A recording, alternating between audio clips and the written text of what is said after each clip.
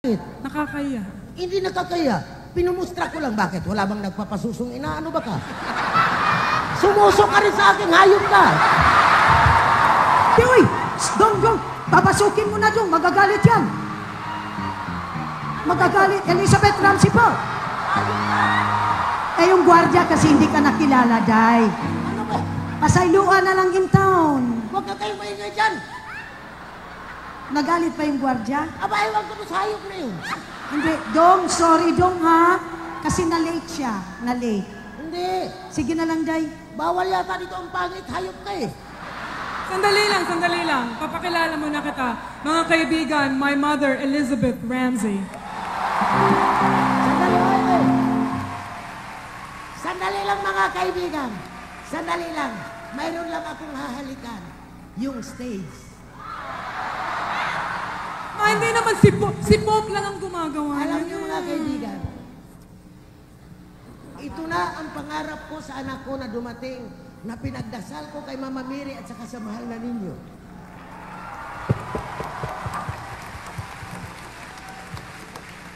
Don't cry. Kasi talaga sinabi ko sa anak ko, kumanta ka. Dahil matanda na ako, palitan mo na ako.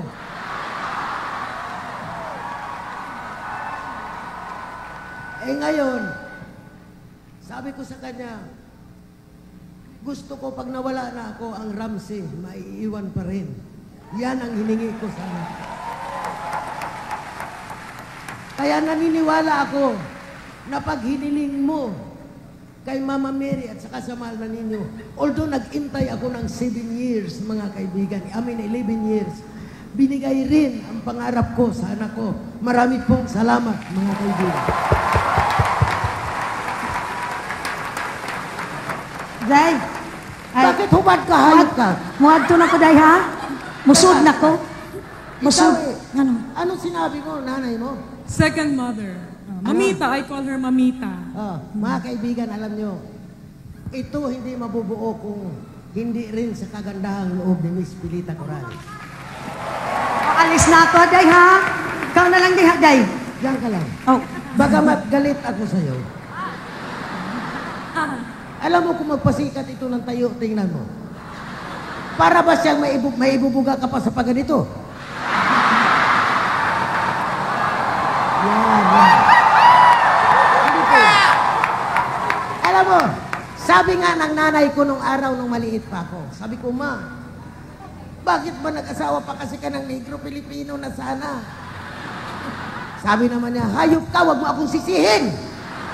Bakit kagustuhan ko bang mag-asawa ng pusit? Hayop ka! Sabi ko, tingnan mong buhok ko, hindi masuklay. Tingnan mong mukha ko, hindi ko matingnan sa salamin. Nagalit ang nanay ko. Sabi ng nanay ko, Inday. Kasi alam niyo nung araw, ang nanay ko, para bang, nung 2 buwan pa lang ako, para kung nakitang masamang loob niya nung mga anak sa akin. Oo. Kasi di ba ang ina, pag nagpasuso sa anak, nakatitig na gano'n dahil magandang anak niya gano'n. Ang nanay ko iba. Pag nagpasuso sa akin, dito sa kaliwa, gano'n siya. Pag linipat ako sa kanan, gano'n. Ma! Ma! O, Day, ato na ko taon, ha? TV ito, Ma. TV. Huwag yung mga ganun-ganun ang kwento, Ma. Bakit? Nakakaya. Hindi nakakaya. Pinumustra ko lang. Bakit? Wala bang nagpapasusong inaano ba ka? Sumusok ka rin sa aking hayop ka.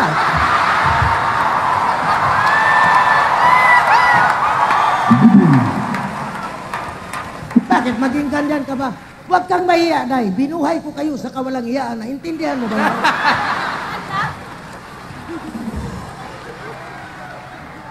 Ako, sinasabi ko nga eh. Yung nanay ko nung araw, pag sinisisi ko, sabi ng nanay ko, Oy, huwag mo akong sisihong pisting yawa ka, sabi ng nanay ko. TV. Baka, di baling magkaroon ng TV. Sabi nga ng nanay ko, bakit? Kasalanan ko ba? Sino bang may gustong magkaanak ng unggoy? Sabi ng nanay ko. Kaya ako... Hindi kaya kumanta na lang tayo, Ma? Hindi. Alam mo, hindi ko rin masising nanay ko. Ang nanay ko maganda. Ang tatay ko, hindi ko malaman kung paano mix up ng Spanish, Filipino at Jamaican. Masama rin ang maraming mixed up. Tingnan nyo ako. Sirang-sira. Kalabira! Yan ang mga lakad ng blues.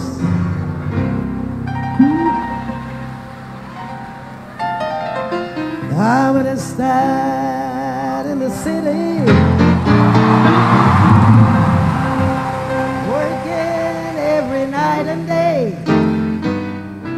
And I never saw the good side of the city until I had to reach in the riverboat queen. Big wheel skipped on Tony.